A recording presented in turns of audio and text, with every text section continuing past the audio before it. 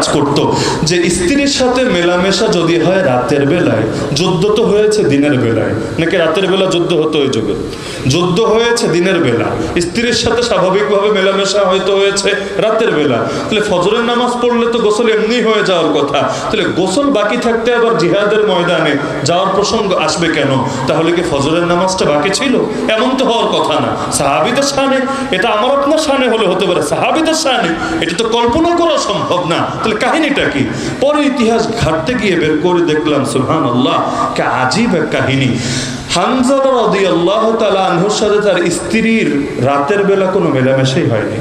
তিনি ফজরের নামাজে গিয়েছেন, নবীর পেছনে ফজরের নামাজ আদায় করেছেন। কিন্তু তার স্ত্রী নিজে এটা বলেছেন, ঘটনার পুরো বিবরণটা এভাবে যে তিনি যখন জিহাদে বের হয়েছিলেন, এই স্ত্রী 4 জন লোক মারফত নবীর কাছে খবর পৌঁছিয়েছিলেন যে আমার স্বামী শহীদ হওয়ার পর নিয়মের বাইরে গিয়ে তার গোসলের ব্যবস্থা করে দিয়েন, কারণ তার উপর গোসল ফরজ হয়ে আছে। তো যুদ্ধ শেষে সবার ভেতর এটা নিয়ে আলাদা খটকা তৈরি হয়েছিল যে শহীদ হলো পরে তার স্ত্রী এই খবর আগে জানলো কিভাবে? শহীদ হওয়ার পর তার গোসল দেওয়াতে হবে, এটা যদি শহীদ হওয়ার পরে খবরটা পৌঁছাতো একটা স্বাভাবিক, কিন্তু শহীদ হয় নাই, তার আগে 4 জন লোক মারফত 4 জনকে সাক্ষী বানিয়ে নবীর কাছে এই খবর সে পৌঁছালো কিভাবে? স্ত্রী তো আর গায়েব জানার কথা না, গায়েব জানেন কে? আলিমুল গায়েব তো আল্লাহ। তো স্ত্রী খবর পাঠালো কিভাবে? তখন তাকে জিজ্ঞেস করলে তিনি নিজেই বলেছিলেন যে রাতের বেলা যখন ঘুমাচ্ছিলাম হঠাৎ করে আমি একটা স্বপ্নে দেখেছিলাম। কি স্বপ্ন? আমি স্বপ্ন দেখেছিলাম আমার চোখের সামনে আসমানের দরজা খুলে গেছে, আর আমার স্বামী পাখির মতো করে উড়ে সেই দরজার ভেতর দিয়ে প্রবেশ করেছে, এরপর আসমানের দরজা আবার লেগে গেছে। এটা দেখে আমার বুঝতে আর বাকি রইল না, নবী তো বলেছেন কেউ যখন শহীদ হয় আল্লাহ তাকে জান্নাতের মধ্যে সবুজ পাখির দেহ দিয়ে দেয়। তা আমি বুঝে নিলাম যে যুদ্ধ একটা হবে আর আমার স্বামী তাতে শহীদ হবে। তো রাত্রে স্বপ্ন দেখার পর চিন্তা করছিলাম, তাহলে স্বামীর সাথে আজকেই তো সম্ভবত আমার শেষ সাক্ষাৎ, আর তো কোনোদিন হয়তো সাক্ষাৎ হবে না। তো মসজিদ থেকে যখন আসলো কয়েকবার ভাবছিলাম তাকে বলবো, কিন্তু তাকে বললাম না। চিন্তা করলাম যদি তার দিলটা নরম হয়ে যায়, মানুষ তো যতই হোক, যদি তার দিলটা নরম হয়ে যায়, তার ভেতরে ভিন্ন চিন্তা চলে আসে, এজন্য তাকে আমি কিছু বলিও নাই, কিছু বুঝতেও দেই নাই। কিন্তু শেষবারের মতো তাকে বিদায় দিব, মন মানাতে পারছিলাম না। তো এরপরে ফজরের পরে তিনি যখন আসলেন, তাকে আমি ওই সময় সুন্দরভাবে সজ্জিত হয়েছিলাম, তার সাথে আমার মেলামেশা হলো, এবং যখন তিনি বের হয়ে যাচ্ছিলেন ওই সময় আমি ডাক দিয়েছিলাম তাকে পেছন থেকে, স্বামী আমার। তো প্রথমে তিনি তাকাচ্ছিলেন না, 1 বার 2 বার, 3 নম্বর বার তিনি না তাকিয়ে বলেছিলেন, তোমার যা বলার বলে ফেলো, আমি তোমার কথা শুনে পিছে ফিরে আসতে পারবো না। আমি বের হয়েছি যতক্ষণ জিহাদে আমি শরীক না হব, কোনো পিছুটান আমাকে আল্লাহর রাস্তা থেকে ফিরাতে পারবে না। তখন আমি তাকে শুধু একটা কথা বলেছিলাম, আমি আপনার পিছুটান হওয়ার জন্য ডাকছি না, আপনি যেমন নবীর সাহাবী নারী হতে পারি, আমিও তো আল্লাহ রসুলের নগণ্য একজন সাহাবী, শুধু এ কথাটা বলার জন্য ডাকছি, আপনার মনটাকে অটল রাখবেন, অবিচল রাখবেন, দৃঢ় মনোবল নিয়ে জিহাদ করবেন, আমাদের পরবর্তী মিলন হবে জান্নাতে ইনশাআল্লাহ। তো রাতের বেলা স্বপ্ন দেখেছেন, অনুভব করেছেন কি হতে যাচ্ছে, তারপরও নিজের স্বামীকে আরো এমন কথা বলে বিদায় জানাচ্ছেন যাতে করে তার দিল আরো কত মজবুত থাকে। এখানেই তাদের পার্থক্য, আমাদের পার্থক্য। হাবিব রাদিয়াল্লাহু আনহুর নাম শুনেছেন আপনারা, খাতমে নবুয়তের প্রথম শহীদ। খাতমে নবুয়তের প্রথম শহীদ মানে কি? আমার রসুল সর্বশেষ নবী, সবাই জানেন তো। আমার নবীর পরে আর কোন নবী আসবে? আমার নবীর পরে কেউ যদি নিজেকে নবী দাবি করে তার দাজ্জাল বলে, দাজ্জাল। আল্লাহ রাসূল বলেন কিয়ামতের আগে অন্তত 30টা দাজ্জাল আসবে, অন্তত 30টা দাজ্জাল আসবে, কাযযাব আসবে, যাদের প্রত্যেকে নিজেকে নবী দাবি করবে, অথচ আমি সর্বশেষ নবী, আমার পরে আর কোনো নবী নাই। ওই 30 দাজ্জালের মধ্যে 2টা দাজ্জাল নবীর জামানায় এসেছিল, একটার নাম মুসাইলিমা আর একটার নাম আসওয়াদ। ওই মুসাইলিমার কাছে চিঠি দিয়ে আল্লাহ নবী একজন সাহাবীকে পাঠিয়েছিলেন, চিঠি দিয়ে, যে চিঠির মধ্যে ওকে উল্টো দাওয়াত দিয়েছিলেন। এই চিঠি পেয়ে এত নারাজ হয়েছিল সেই ভণ্ড নবী মুসাইলিমা, সে এই সাহাবীকে প্রথমে বন্দি করে ফেললো, তারপর তাকে জিজ্ঞেস করলো, ওই তুই সাক্ষ্য দেস কি না মুহাম্মদ আল্লাহ রাসূল? তিনি বললেন, অবশ্যই আমি সাক্ষ্য দেই মুহাম্মদ সাল্লাল্লাহু আলাইহি ওয়াসাল্লাম আল্লাহ রাসূল। এবার বলল, তুই এটাও তো সাক্ষ্য দেস আমি আল্লাহ রাসূল? বলল, নাউযুবিল্লাহ, প্রশ্নই আসে না। যেই মুখ দিয়ে আল্লাহ রাসূল হিসাবে মুহাম্মদ সাল্লাল্লাহু আলাইহি ওয়াসাল্লামকে স্বীকৃতি দিয়েছি, সেই মুখ দিয়ে দ্বিতীয় কাউকে স্বীকৃতি দেওয়ার প্রশ্নই আসে না। এরপর তাকে আদেশ করা হলো, যখন কোনোভাবেই তার মুখ থেকে স্বীকৃতি আদায় করতে পারছিল না, বন্দি করে জল্লাদ ডেকে জল্লাদকে বলল, তার এক হাত কাটো। এক হাত কাটার পর জিজ্ঞেস করলো, এবার তো সাক্ষী দিবি আমি আল্লাহ রাসূল? তিনি বলছেন, প্রশ্নই আসে না। আর এক হাত কাটা হলো, আবার জিজ্ঞেস করলো, এক পা কাটা হলো, আর এক পা কাটা হলো। এভাবে তার চোখ, তার কান, তার প্রতিটা অঙ্গ প্রত্যঙ্গ একটা একটা করে আলাদা করছিল আর বারবার জিজ্ঞেস করছিল, এবার তো মানবি যে আমিও আল্লাহ রাসূল? তিনি শুধু বলছিলেন, প্রশ্নই আসে না, মুহাম্মদ সাল্লাল্লাহু আলাইহি ওয়াসাল্লামের পর আর কাউকে আমি আল্লাহ রাসূল মানতে রাজি না। অবশেষে তার জিহ্বাটাও কেটে ফেললো।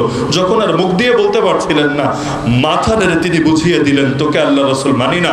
অবশেষে যখন তাকে হত্যাই করে ফেললো, এই খবর যখন মদিনায় আসলো, তার মায়ের কানে আসলো, সুবহানাল্লাহ, কি ঈমান দিয়েছিলেন আল্লাহ তাদেরকে। তার মায়ের বাক্যটাই ছিল, আজকের এই দিনের জন্যই তো ওকে দুধ পান করিয়েছিলাম। সন্তান তার শহীদ হয়ে গেছে আল্লাহ রাসূল সাল্লাল্লাহু আলাইহি ওয়াসাল্লামের খাতমে নবুয়ত হেফাজতের জন্য। মায়ের কান্না তো নাই, উল্টা বলছে, আজকের এই দিনের জন্যই তো ওকে দুধ পান করিয়েছিলাম। আর আল্লাহ যদি আমাকে তৌফিক দেয়, আমি নিজ হাতে আমার সন্তানের বদলা নেব, ওই মুসাইলিমা কাযযাবকে নিজ হাতে হত্যা করব।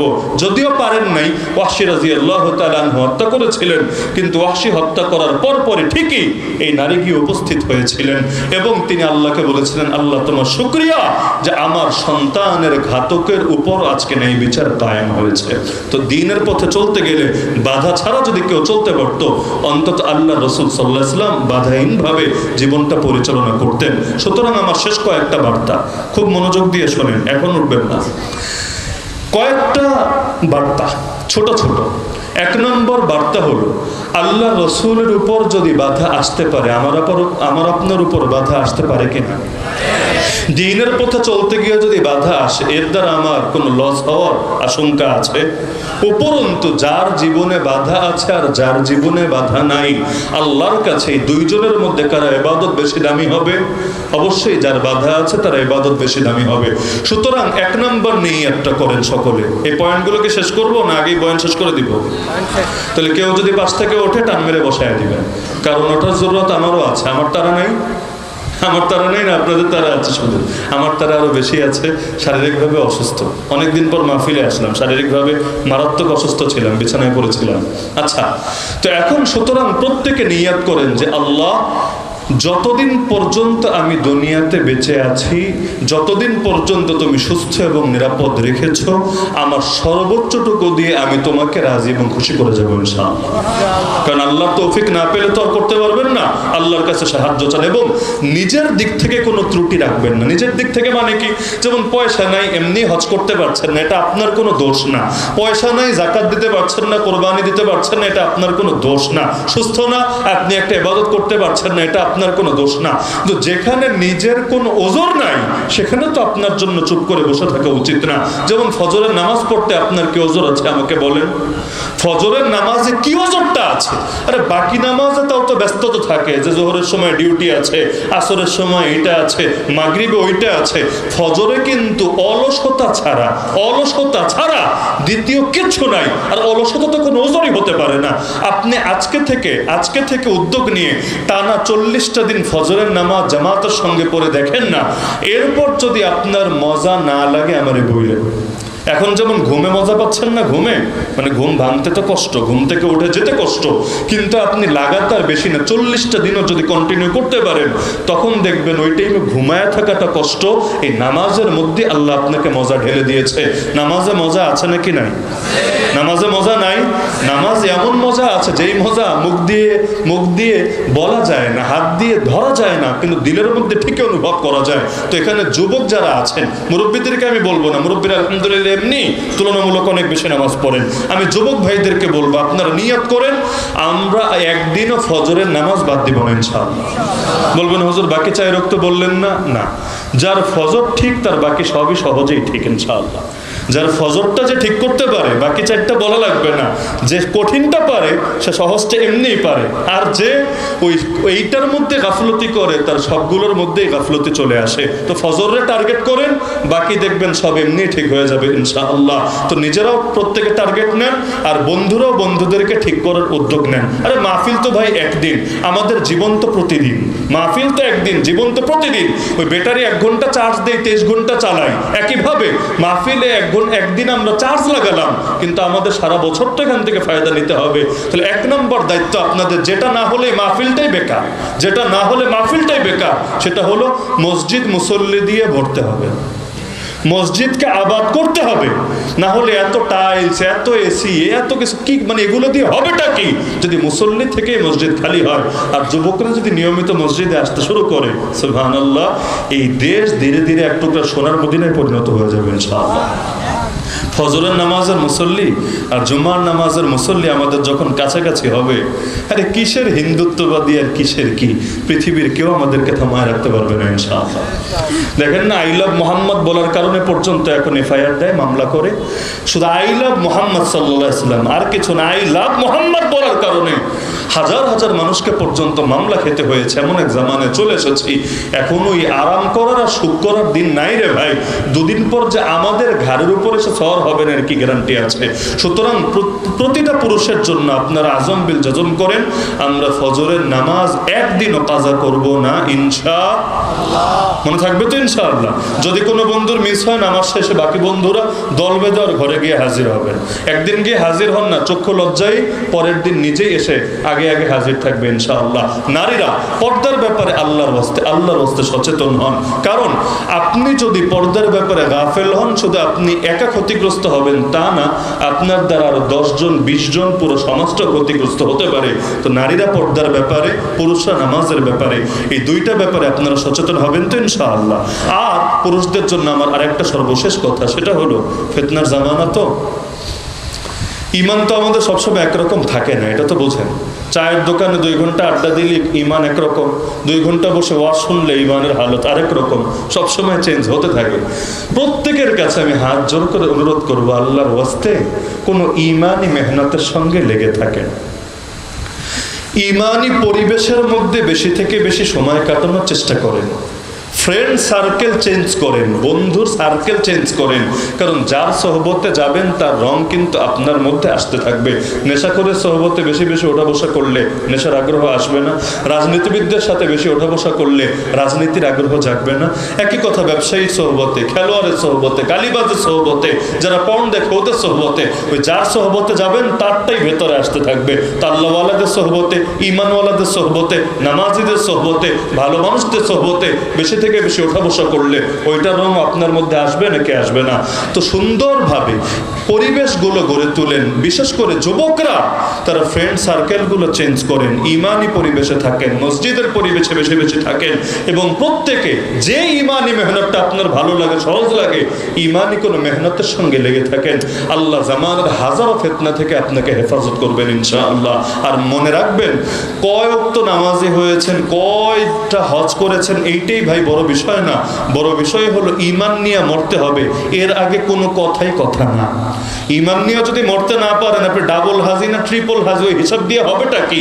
সুতরাং যতদিন না মরেছেন লা ইলাহা ইল্লাল্লাহ মুহাম্মাদুর রাসূলুল্লাহ বলতে বলতে, ততদিন পর্যন্ত চিন্তা ছেড়ে দিয়ে পায়ের উপর পা তুলে বসে নিজের নিরাপদ ভাবার কোনো সুযোগ আছে? আরে আমিও তো আমাকে ভাবতে পারবো না। আমি যত বড় হুজুর হই, আমার ইমানের সাথে মৌত হবে গ্যারান্টি পৃথিবীর কোন বাপের বেটা দিতে পারবে? এগুলো সব গায়েবের ইলম, আর গায়েবের চাবিকাঠি কার কাছে? আল্লাহর কাছে। কেউ তো জানি না আমাদের পরিণতি কি হবে। ইমানের সাথে যদি মরতে নাই পারি, সবই তো বেকার, সবই তো বেকার। সুতরাং আমাদের জীবনটা এমন ভাবে গড়তে হবে, কোনো কারণে আল্লাহ যাতে আমাকে তাড়িয়ে না দেয়, আল্লাহ যাতে আমাকে সরিয়ে না দেয়, আল্লাহ যাতে আমার সাথে বন্ধুত্ব ছিন্ন করে না ফেলে। কারণ আল্লাহ যদি আমার হাত ছেড়ে দেয়, তাহলে আমার মুখ থেকে কালেমা কে বের করবে? আল্লাহ যদি আমার সঙ্গে সম্পর্ক ছিন্ন করে ফেলে, মুনকার নাকিরের জবাব মুখ থেকে কে বের করবে? আল্লাহ যদি আমার সাহায্য না করে, আমার কবরটাকে প্রশস্ত আলোকিত কে করে দেবে? আল্লাহ যদি আমাকে হেফাজত না করে, কিয়ামতের দিন আমার ডান হাতে আমলনামা এনে দেবেটাকে? আল্লাহ যদি আমাকে রক্ষা না করে, মিজানে আমার নেকের পাল্লা ভারী করে দেবে কে? আরে আল্লাহ যদি আমার পাশে না থাকে, তাহলে আমাকে কিয়ামতের দিন আরশে আজিমের নিচে একটু ছাড় ব্যবস্থা করে দেবে কে? আরে আল্লাহ তাআলা যদি আমাকে ভালো না বাসে, আমাকে পুল সিরাতটাই অতিক্রম করিয়ে দেবে কে? এমনকি আল্লাহ যদি আমাকে ঘৃণা করে, নবীও তো আমাকে সুপারিশ করবেন না, করার প্রশ্ন আসে না। সুতরাং আল্লাহর সঙ্গে এত বেশি দূরত্ব যাতে তৈরি না হয়ে যায় যে ইমানটুকু নিয়ে দুনিয়া থেকে আর যাওয়া না হয়, আল্লাহ মাফ করুন আমাদেরকে। সুতরাং ইমানি পরিবেশে থাকেন, ইমানটা নিয়ে যাতে মরণটা অন্তত হয় এই ফিতনার জামানায়, এতটুকু চেষ্টা সবাই যাতে অন্তত করেন। মনে থাকবে ইনশাআল্লাহ, মনে থাকবে ইনশাআল্লাহ। আর আমার সর্বশেষ বাক্য সেটা হলো, এখানে যারা আছেন হাজার হাজার মানুষ, আর নারী আছেন আরো বেশি পুরুষের চাইতে, প্রত্যেকে নিজের ঘরে একটা তালিম চালু করতে পারবেন না ইনশাআল্লাহ? নিজের ঘরে তালিম চালু করতে পারবেন না ইনশাআল্লাহ? বলবেন কিসের তালিম? যেইটা আপনার ভালো লাগে। আল্লাহ রাসূলের জীবনী পড়েন, সাহাবীদের জীবনী পড়েন। যেমন এক হায়াতুস সাহাবা, ওই মসজিদেও দেখবেন রাখা আছে হায়াতুস সাহাবা। এইটা খালি ঘরের মধ্যে যদি আপনি, ওই 5 খণ্ড বই তো সময় লাগবে, কিন্তু এইটাই যদি ঘরের মধ্যে তালিম করে শেষ করতে পারেন, আর ওই ঘরের মধ্যে যদি কোনো পরিবর্তন না আসে, আমাকে এসে বললেন, আসবেই আসবে, আসবেই আসবে। তাহলে ঘরের মধ্যে যে 5 মিনিট হোক, কিন্তু জামাই বউ বাচ্চা কাচ্চা সবাই মিলে বসে একটু কিতাব পড়বো, একজন পড়বো বাকিরা শুনবো, এটা কি বেশি কষ্ট হয়ে যাবে? কিন্তু বরকত পাবেন, বরকত। এই যে বাচ্চারা কথা শোনে না, আপনাদের কষ্ট লাগে না? নারীরা কথা শোনে না, আপনাদের কষ্ট লাগে না? আবার পুরুষরাও ঠিক লাইনে থাকে না, নারীদের কষ্ট হয় না? থাকে। এই রকম দিলের কষ্টগুলো নিয়ে আর কতকাল পড়ে থাকবেন? ঘরে তালিম শুরু করেন, আল্লাহর রহমত, আল্লাহর বরকত, আল্লাহর নুসরত আর ঈমানের নূর ঘরের মধ্যে তৈরি হবে ইনশাআল্লাহ। ঘরগুলোকে খালি ফেলে রাখেন না। ঘরে নামাজ হয় না, তেলাওয়াত হয় না, জিকির হয় না, ইবাদত হয় না, তো ওই ঘর তো শয়তানের আখড়া হবেই ভাই। ওই ঘর তো শয়তানের আখড়া হবে, ওই ঘরে তো বরকত থাকবে না। এজন্য কে কে নিয়ত করেছেন ঘরে তালিম করবেন, একটু হাত তুলে দেখান দেখুন। আল্লাহ এই প্রতিটা হাতকে আপনি কবুল করে নেন এবং এই নবীর সুন্নাহ প্রতিটা ঘরে ঘরে জিন্দা করার তৌফিক দান করেন। তো আলহামদুলিল্লাহ, আমার কাছে অনেক ভালো লেগেছে যে আগে মাহফিলটা হতো, এই এলাকায় মাহফিল তো আগেও হতো না তা না, সেটা হলো আলাদা আলাদা ভাবে, তাই না? এই সমাজ করতো, ওই সমাজ করতো, কিন্তু এবারেই সকলে মিলে মাশাআল্লাহ। এখনো কিন্তু মাহফিলের সিজন আসেনি, আসল শীতকাল কিন্তু আসেনি, কিন্তু এই গরমের মধ্যে মানুষের কষ্ট হয়েছে। আমি দেখেছি এই যে অনেকে বাতাস করছিল, বেশ কষ্ট হয়েছে। তো এই যে এত কষ্ট করে এত হাজার হাজার মানুষ এখানে বসে থেকেছে, এটা নিঃসন্দেহে ভালো একটা আলামত না? এই যে ঐক্যের বন্ধনে সুন্দর একটা পরিবেশ আল্লাহ করে দিলেন, আমার আশা থাকবে যে কোনো নেক আমল একবার শুরু করলে এটা কন্টিনিউ করা উচিত, বন্ধ হতে দেওয়া উচিত না। হাদিসে আছে আল্লাহর নিকট প্রিয় আমল যেটা নিয়মিত হয়, যদিও পরিমাণে কম হয়। তো এই যে একটা সুন্দর বাগান, আল্লাহর নবীর একটা বাগান সুসজ্জিত হয়েছে, আপনারাও চান কিনা এই বাগানটা কিয়ামত পর্যন্ত কায়েম এবং দায়েম থাক? আলহামদুলিল্লাহ, আপনারা সকলে মিলে সহযোগিতা করলে এবং সকলের দোয়া থাকলে যুবকরা পারবে ইনশাআল্লাহ। আল্লাহ তাআলা যুবকদেরকে নেক হায়াত দান করুন, এই মাহফিলকেও চিরকাল কায়েম এবং দায়েম রাখার তৌফিক দান করুন। এক ভাই একটা প্রশ্ন দিয়েছেন, আপনি এক সময় গণতন্ত্রকে হারাম বলতেন, এখন আপনি নিজেই গণতান্ত্রিক রাজনীতি করছেন, বিষয়টার সমাধান কি? গণতন্ত্রের মূল অর্থ হলো জনগণের সার্বভৌমত্ব। গণ মানে জনগণ, তন্ত্র মানে শাসন। গণতন্ত্র জনগণের শাসন, রাজতন্ত্র যেমন রাজার শাসন, আর ইসলামী শরিয়া মানে হলো কার শাসন? আল্লাহর শাসন। মূল জিনিসই আলাদা।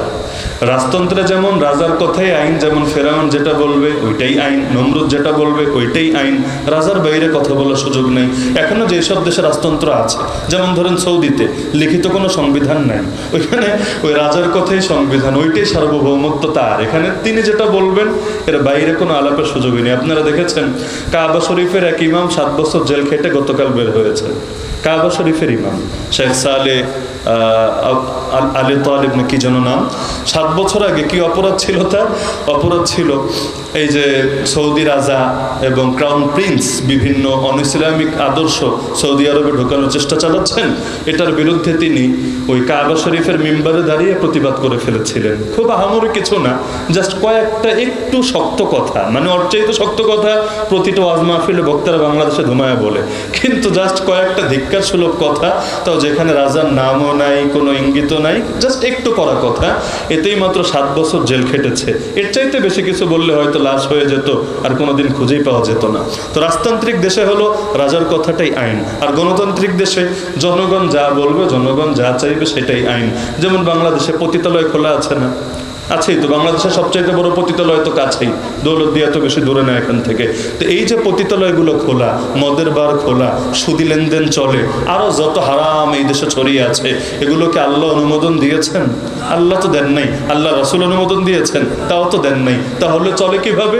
চলে হলো যে জনগণ চেয়েছে। গণতন্ত্র তো জনগণ যা চাইবে বাস তাই হবে। আল্লাহ শুধু হারাম করেছেন, এটা আল্লাহর ব্যাপার, কিন্তু জনগণ হালাল করে নিয়েছে। আল্লাহ বেশ্যাখানা হারাম করেছেন, আল্লাহর ব্যাপার, জনগণ হালাল করে নিয়েছে।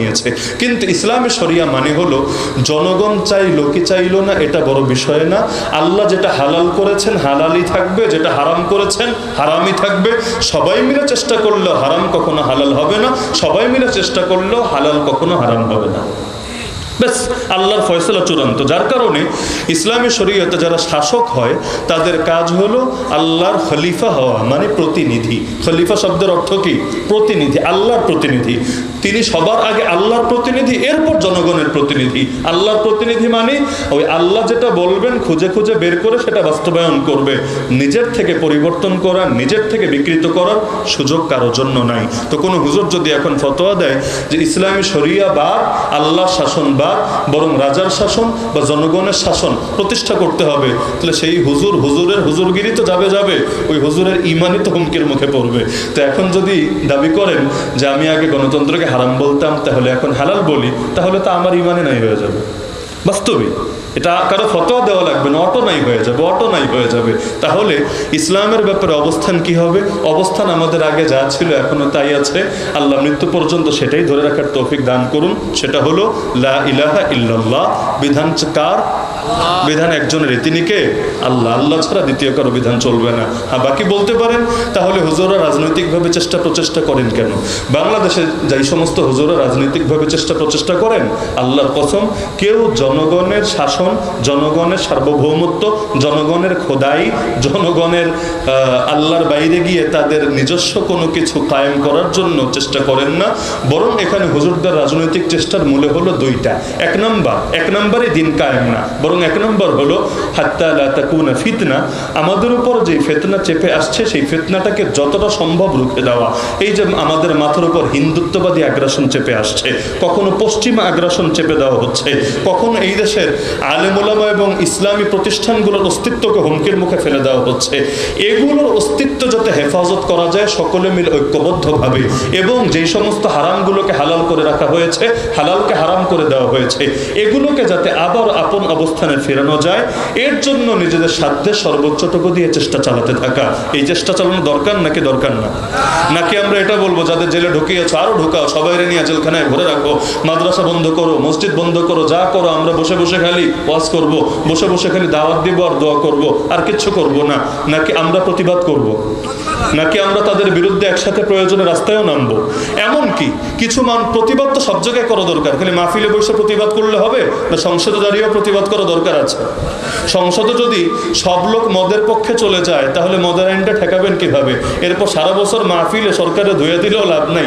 যেটা যে জায়গায় দরকার সেই জিনিস সেই জায়গায় বললে অতি সহজে হয়, আর ওই জায়গায় না বলে অন্য জায়গায় বললে জিনিসটা জটিল হয়ে যায়। এজন্য এক নম্বর চেষ্টা হলো যতটুকু সম্ভব সেই ফিতনাটাকে রুখে দেওয়ার জন্য চেষ্টা চালানো। এবং আমি মনে করি বাংলাদেশে সবাই যদি ঐক্যবদ্ধ হয় এবং 50 জন 100 জন মানুষ যদি সংসদ পর্যন্ত পৌঁছে যায়, ইনশাআল্লাহ সুম্মা ইনশাআল্লাহ ওই যে কোনো উল্টাপাল্টা আইন করতে ওদের বেগ পেতে হবে। হবে না? ইনশাআল্লাহ সব জায়গা থেকে একসঙ্গে যখন আওয়াজ উঠবে, ইনশাআল্লাহ সুম্মা ইনশাআল্লাহ একটা পরিবর্তন অবশ্যই আসবে। আর দ্বিতীয় ফায়দাটা হলো যতটুকু সম্ভব একেবারে পূর্ণাঙ্গ ইসলাম এই সমস্ত তরিকায় কায়েম হওয়া সম্ভব না। আসলে সম্ভব না। কিন্তু যতটুকু সম্ভব যদি দুইটাও হয়, চারটাও হয়, যেমন মনে করেন তুরস্কের মধ্যে এরদোগান ক্ষমতায় আছে না, এরদোগান কি ইসলামী রাষ্ট্র ব্যবস্থা কায়েম করতে পেরেছে? পারে নাই, এই তরিকায় পারার সম্ভাবনাও নাই। কিন্তু ওই যে মসজিদকে জাদুঘর বানিয়ে দিয়েছিল, আবার এটাকে মসজিদের মর্যাদা ফিরিয়ে দিয়েছে, এরকম দুইটা চারটা শাখাগত পরিবর্তন তো করতে পেরেছে, নাকি পারে নাই? তো এখানেও যদি একেবারে সব না হয়, অন্তত দুই চারটা পরিবর্তনও যদি হতে থাকে, আলহামদুলিল্লাহ সুম্মা আলহামদুলিল্লাহ, নাই মামার চাইতে কানামা মতো ভালো। আর চূড়ান্ত পরিবর্তন তো অবশ্যই বিপ্লবের দ্বারা ঘটবে, কোনো সন্দেহ নাই। আল্লাহ রসুল সাল্লাল্লাহু আলাইহি সাল্লামের দ্বারা যেভাবে হয়েছিল তার জামানায়, এই জামানার পরিবর্তনটাও সেভাবেই হবে। এবং কোরআন এবং হাদিস দ্বারা স্পষ্টভাবে প্রমাণিত, সারা পৃথিবীতে ইসলামের পতাকা পথ করে উড়বে ইনশাআল্লাহ। তো এক সময় আগামীর বাংলাদেশ ইসলামের বাংলাদেশ হবে, এটা আল্লাহ তাআলা ফয়সালা করে রেখেছেন। ষড়যন্ত্র যত বাড়বে, ইসলামের বিজয় তত নিকটে আসবে ইনশাআল্লাহ। তবে আপনারা আগে ঠিক হন, আপনারা আগে ঠিক হন। কাদের দিয়ে সমাজ পরিবর্তন হবে? যাদের নিজেদের দিলে ইসলাম আছে, ঈমান আছে, তাদের মাধ্যমে তো ইনশাআল্লাহ। আল্লাহ সবাইকে তৌফিক দান করুন, আজকের এই মাহফিলকে কবুল করুন।